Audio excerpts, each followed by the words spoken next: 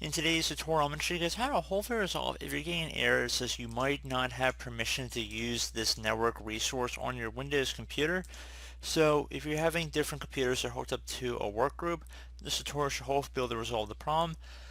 And this would apply across work groups, home groups, whatnot. So we're going to go into hopefully being able to address the problem without too much of a hassle here. And we are going to start by opening up the start menu. Left click on the start button one time.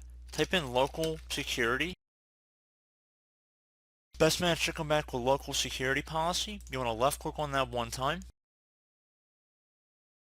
Now you want to expand the local policies folder. So either double click on it or left click on the little arrow next to it to expand it. And now you want to left click on security options. So just left click on the folder one time. On the right side you want to scroll down until you get to network access. And you want to look for something that says do not allow anonymous enumeration of SAM accounts and shares.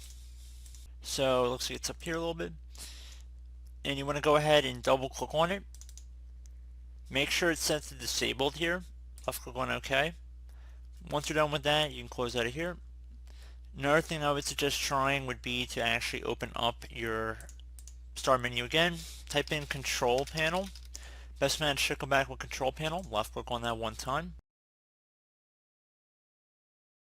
Now you want to go to your view by up here to large icons and scroll down until you get to user account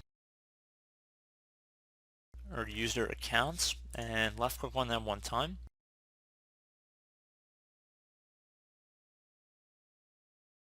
Click on the left side where it says manage your credentials. Left click on Windows credentials.